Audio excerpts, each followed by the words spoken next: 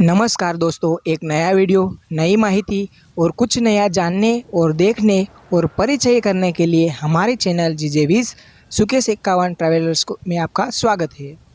आज हम मुलाकात लेंगे गुजरात के ऐसे खजुराहो माने जाने वाले पौराणिक प्राचीन पंचायत शैली में स्थापित बावका शिव मंदिर की। बावका शिव मंदिर गुजरात के दाहोद जिले के बावका गांव में आया हुआ है।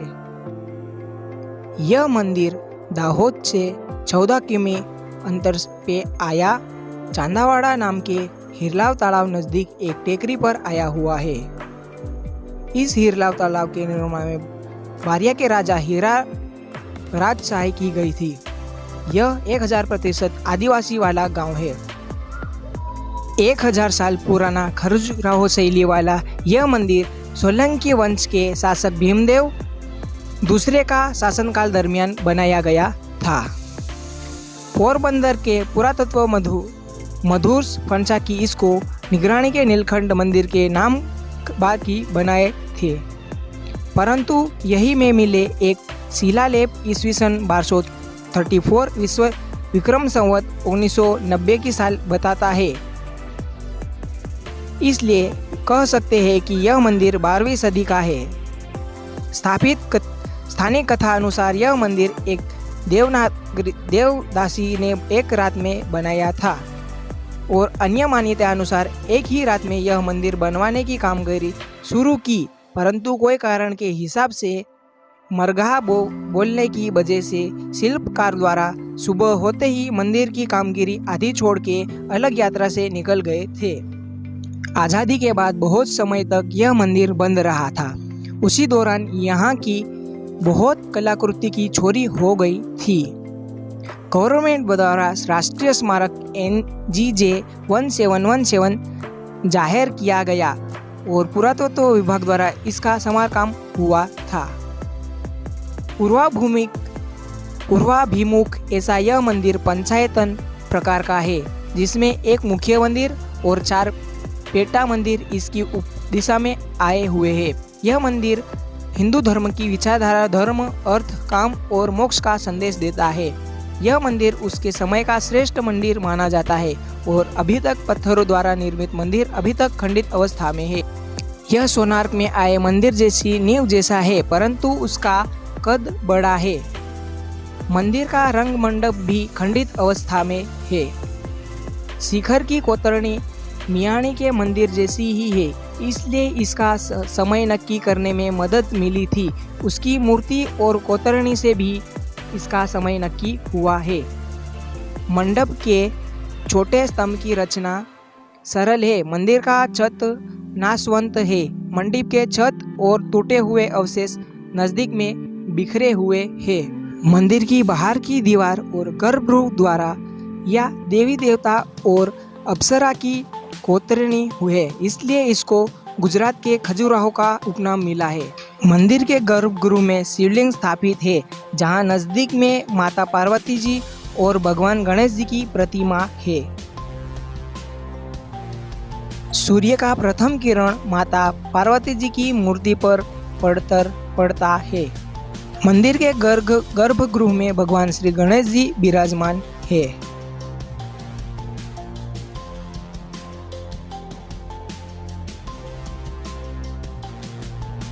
इधर देवाधिदेव महादेव का शिवलिंग स्थापित है।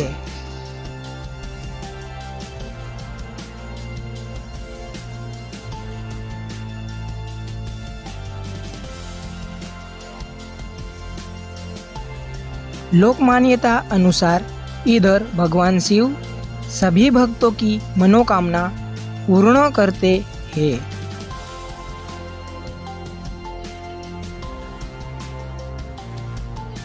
इधर मंदिर के अवशेष जर्जरित हालत में पड़े हैं। मंदिर परिसर के नजीक में सामाजिक वनीकरण विभाग दाहोद द्वारा कोरोना वॉरियर्स वन बनाया है, जिसमें विविध वृक्षों का वावेतर किया गया है और एक विशाल शिवजी की प्रतिमा भी बनाई गई है।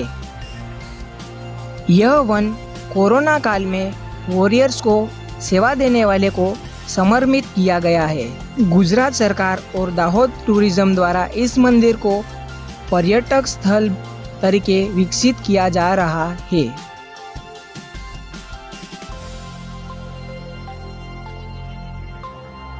इस मंदिर का महत्व इसलिए ज़्यादा है कि यहाँ नज़दीक में स्मशान घाट आया हुआ है। અત્યારે આપણે દાહોદ જિલ્લાની અંદર આવેલું માવકા જે શિવ મંદિર છે ત્યાં આવેલા છે। ત્યાં આપણે આવ્યા છે ને અહીંયા જે સ્થાનિકો છે એમના વિશે આપણે થોડી પૂછપરછ થોડા પ્રશ્નો પૂછી લઈએ એમને। સાહેબ તમારું નામ? મારું નામ ભાભોર ખનસુખભાઈ જીથરાભાઈ બાવકાનું છું। સાહેબ મંદિરની કોઈ લોકવાયકા ખરી? મંદિરની લોકવાયકા એવી છે કે આ મંદિર દેવ લોકોએ બનાવેલું છે એનો સર્વે પણ કર્યો છે। 100માંથી 90% લોકો એમ કે એક રાતમાં દેવ લોકોએ બનાવ્યું છે એવી લોકવાયકા છે। અને અહીંયા જે બાધા રાખે એ ફળે છે એ પણ એક લોકવાયકાને એ લોકોને જેને ફળી તેને મળ્યો છું। મંદિર કેટલું પુરાણું છે? મંદિર જૂનું છે। ગુજરાત સરકારે જે આર્કિટેક્ટ મધુસૂદન ઢાકેને નિમણૂક કરીને શિવ મંદિરનો સર્વે કર્યો એ પ્રમાણે 1234માં મંદિરનું બાંધકામ ભીમદેવ બીજાએ કરેલું છે। એટલે એમાં 786 વર્ષ થયા છે ને એમ કરીએ। અને દાહોદની અંદર એક સરકારે જે ચોપડી બનાવી છે એના પ્રમાણે એમનું 786 ને 483 એટલે 1622 વર્ષ થયા છે। અને જે ઉપરનું છે એની ઉપર થોડો વધારે આપણે એ થાય કારણ કે ઘણા વખતથી જૂનું મંદિર છે। 1286 વર્ષ એ થયા છે અને આના આટલા થયા છે। પણ લોકવાયકા પ્રમાણે એમ કે છે કે આ તો પૃથ્વી સૂર્ય છૂટી પડીને પછી જે થયું અને ત્યાર પછીનું ઘણું જૂનું મંદિર છે એમ કેવું છે। બરોબર છે। હા, મંદિરની વિશિષ્ટ કોતરણી છે આના વિશે જણાવો છો? હા, મંદિરની વિશિષ્ટ કોતરણીમાં આપણે જોઈએ છે પહેલું એ ત્રેતાયુગનું ચિત્ર છે હા દેવોનું, બરોબર। અને બીજું છે દ્વાપર કૃષ્ણ યુગનું, અને આ છે એ કળયુગનું છે, બરોબર। અને આ નીચે છે એ સતયુગનું છે। આ પાણીના હિલોળા ખાત કમળની પર આખું મંદિર બનાવેલું છે। બરોબર। અને એની કોતરણી વિશે સેક્સ્યુઅલ ચિત્રો છે। અને એમાં જે ઢાકે સાહેબે જે વાત કરી છે કે નર્તકીઓ નૃત્ય કરીને અહીંયા આરામ કરતી હતી। બરોબર। અને આખું એક પ્રક્રિયા એવી છે। આ સેક્સ્યુઅલની પ્રક્રિયામાં એમ છે કે ભાઈ બીજી બધી પ્રક્રિયા કરતા આખી જો વસ્તી ભવિષ્યમાં જો એ થશે નહીં તો આ થશે એમ કરીને આખી કોતરણી કરવામાં આવી છે। એટલે આ 4 યુગો આની અંદર આપવામાં આવેલા છે। મંદિર વિશે એવું જાણ્યું છે કે આ મંદિર એક રાતમાં બનેલું છે, આના વિશે જણાવશો? હા, એક રાતમાં મંદિર બાંધેલું છે એમ કે છે। અને ઘણા બધા મિત્રોને મળ્યા છે એમાં છે તો દેવ લોકોએ એ દેવગણ છે, શિવગણ છે આખો। અને આ શિવગણ એટલા માટે આ મંદિરનું માત્ર એટલા માટે વધારે કે નજીકમાં સ્મશાન છે અહીંયા। અને એ દેવ લોકોએ પથ્થર લાવી અને એ કર્યું અને કીધું કે એક રાતમાં બનાવવાનું છે, મરઘો બોલે ત્યારે આને બંધ કરવાનું છે। તો પછી એ લોકોએ ચંતરનું કામ કર્યું, પથ્થર આખા ચડાયા અને આ કર્યા ને તે કર્યા, અને પછી એ મરઘો બોલી ગયો એટલે પથ્થર જ્યાં હતા ત્યાં નાખી અને એ દેવ લોકોએ બંધ કરી દીધું। આવું નવું અભલોડમાં છે। અને ખાજુરાહોનું આ મિની ખાજુરાહો આખું છે। પણ એક રાતમાં બાંધેલું મરઘો બોલી ગયો એટલે આ મંદિર બંધ કર્યું। કોઈક એમ કહેશે કે કઈ બાંધનારા એક મરઘાની જેમ બોલ્યો એટલે આ મંદિર બંધ કરી દીધું, એવી લોકવાયકા છે। દર્શકો ક્યાંથી આવે છે જોવા માટે? દર્શકો આજુબાજુથી બધેથી ઇન્દોરથી બધે આખા જે દાહોદ એરિયાના છે, બીજા બધા એરિયાના છે, ગુજરાતના તમામ જિલ્લામાંથી આવે છે। અને યુપીએસસી જીપીએસસીની પરીક્ષામાં આના વિશે પરીક્ષા પણ પૂછાય છે કે ગુજરાતનું ખાજુરાહો કયું, સૂર્યનું કિરણ પ્રથમ ક્યાં પડે। અને અહીંયા એક નજીકમાં ગડોઈ છે, ત્યાં આગળ રાવણની મૂર્તિ પણ છે। બરોબર। અને આજુબાજુથી બધા આવે છે અને બધી બાધાઓ લઈને જાય છે। અને આની બાધાઓ છે એ હિંસક નથી કે અમે 3 દિવસ સુધી કૂતરાને આવીને ખાઈશું કે 1 મહિનો ગાયને આપીને ખાઈશું, એ બાધા માની જાય છે। અને અહીંના જે ખેડૂતો છે, લોકો છે, એ નવું અનાજ આને ચડાવીને જ ખાય છે। હમણાં એ પ્રક્રિયા આખી ચાલુ છે। સરકાર તરફથી કોઈ સહાયતા કરવામાં આવી છે? સરકાર તરફથી આ મંદિર છે હમણાં 1958 થી પુરાતત્વ વિભાગની પાસે છે આ મંદિર। અહીંયા પગારદાર માણસ પણ રોકવામાં આવેલો છે। અને આખું સંચાલન છે એ પુરાતત્વ વિભાગ આપણું ઇન્ડિયાનું કરે છે। અને હમણાં પગારદાર માણસ પણ રાખવામાં આવેલો છે। અને હમણાં સરકારે આના વિકાસ માટે કઈ ગ્રાન્ટ ફાળવી છે। બરોબર। આ વન પેદા કરી છે કોરોના વનથી માંડીને, અને એના સરપંચશ્રીઓ પણ બધા જાગૃત છે અને એ કામ હમણાં કરે છે। એવું જાણવા મળ્યું છે કે આ ગામમાં સૌથી વધારે મંદિરો છે? હા, મંદિરો છે। હા, આ ગામમાં મંદિરો છે। ત્યાં પહેલા જઈએ તો આપણે ગડોઈથી નીચે આવીએ તો રાવણની મૂર્તિ છે. બરોબર. પછી નટકા દેહરા છે, હા. એટલે માણસ નટકો હોય ને કેવી રીતે સુધારવાનો એ છે. હા. પછી અહીં 7 માતાઓ છે. બરોબર. અને સામે પેલો દેખાય બાબો દેવ છે. બરોબર છે. આ 5 દેવ છે, કોહાજો, વગાજો, હાદરજો અને ઘોડાજો. હા. એ દેવ છે. હા. અને આ મંદિરને પંચાયતન મંદિર, અહીંયા 1 2 3 ને 4 ને આ 5 પંચાયતન મંદિર કે. પણ એ બીજી વાત એવી પણ અંદર છે કે પંચાયત અહીંયા મળતી દેવોની. બરોબર. અને એ આખું કાર્યક્રમ કરતા તો 7માં 13 આ બાવકાનું આને મળું એમ કે છે. મળું મંદિર કે છે. અને અહીંયા આંબળી 11નો મેળો ભરાય છે. લોકો એક આવ્યું છે કે વાલિયા લૂંટારાએ નારદ મુનિને આંબળીના ઝાડને અહીંયા બાંધેલો, હા. અને બાંધીને પછી ઘેર તું પૂછી આવે એમ વાત કરેલી.